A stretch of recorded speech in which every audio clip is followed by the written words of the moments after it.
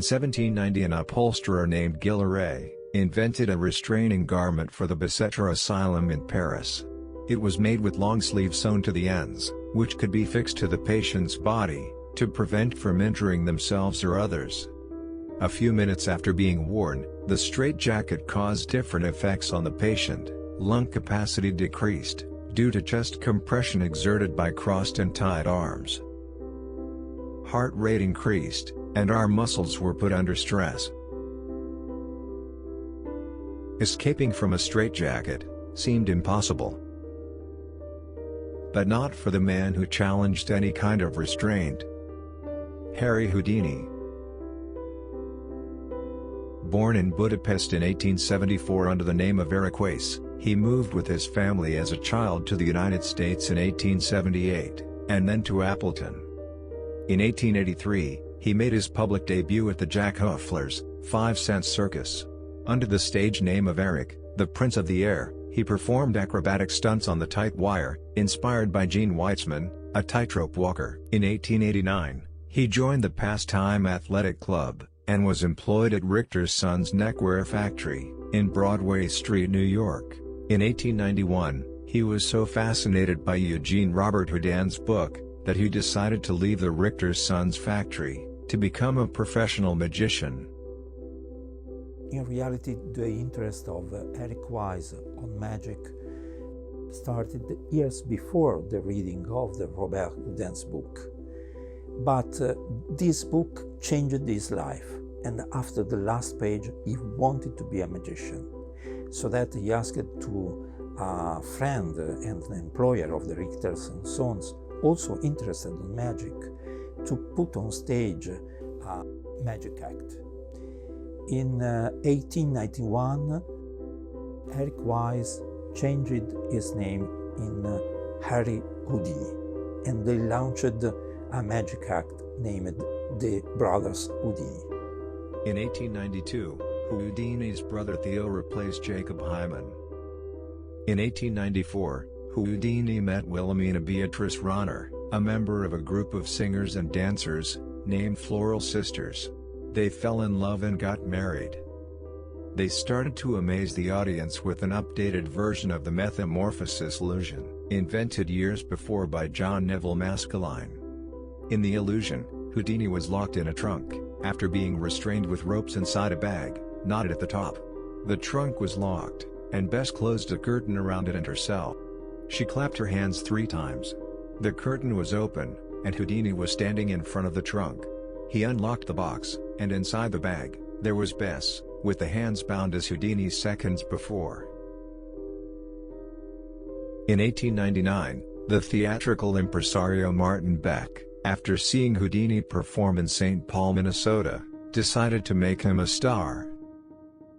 Beck advised Houdini to perform only escapology stunts, but Houdini didn't drop card magic from his act, even though the King of Cards had become the King of the Handcuffs.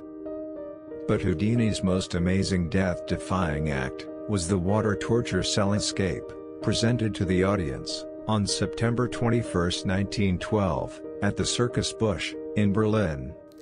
When the stage curtain was raised, the audience saw 2 male well-dressed assistants on the side of the proscenium, and several buckets filled with water.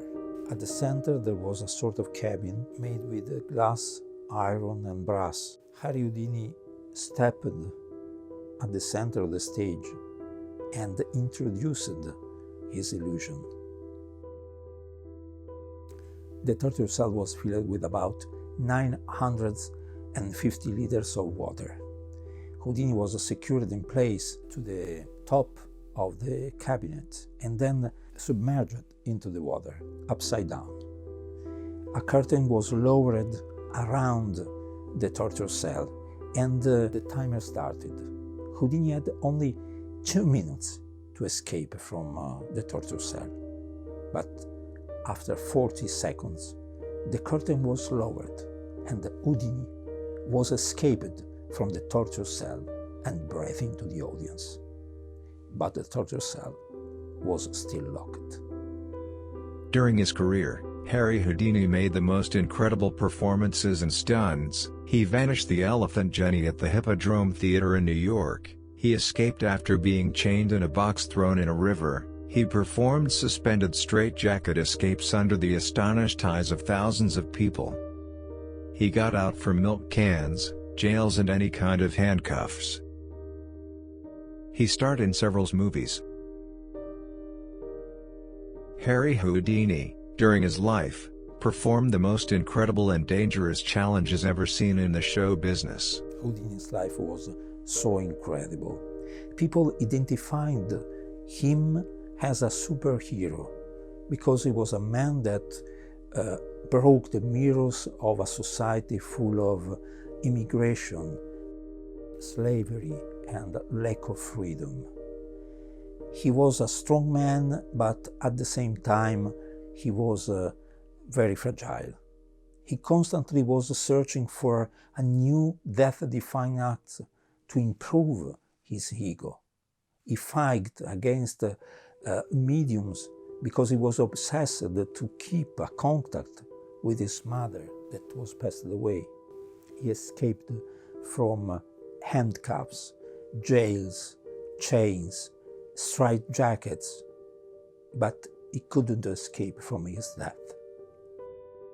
During the night of the 31st of October 1926, Harry Houdini died in a room at the Grace Hospital of Detroit, at the age of 52. For many years, due to the 50s biographical movie Houdini, starred by Tony Curtis and Janet Leigh, people believed that Houdini died during the water torture cell illusion. But according to the death certificate released by the Michigan Department of Health, Harry Houdini died by diffuse peritonitis, probably consequence of the traumatic rupture of the appendix, after being punched by Gordon Whitehead, a student of the Montreal's McGill University, who wanted to test his abdominals. His death, like many other sides of his life, is still surrounded by mystery. Harry Houdini's death is still full of mystery, but I did a lot of researches to find out the truth. I've used a forensic investigation methodology, and I'm sure that Gordon Whitehead didn't kill Houdini. Houdini had a bad anatomical conformation of his appendix because it extended from the lower right pelvis to the midline of the left pelvis. Only 5 persons out of 100 had this conformation. And this is the reason why Houdini accused a pain in this part of his body several days before he arrived in Montreal. Sometimes Houdini was used to hide in his mouth the gimmicks used to escape from his strains. And probably the accidental ingestion of one of them could have caused the peritonitis.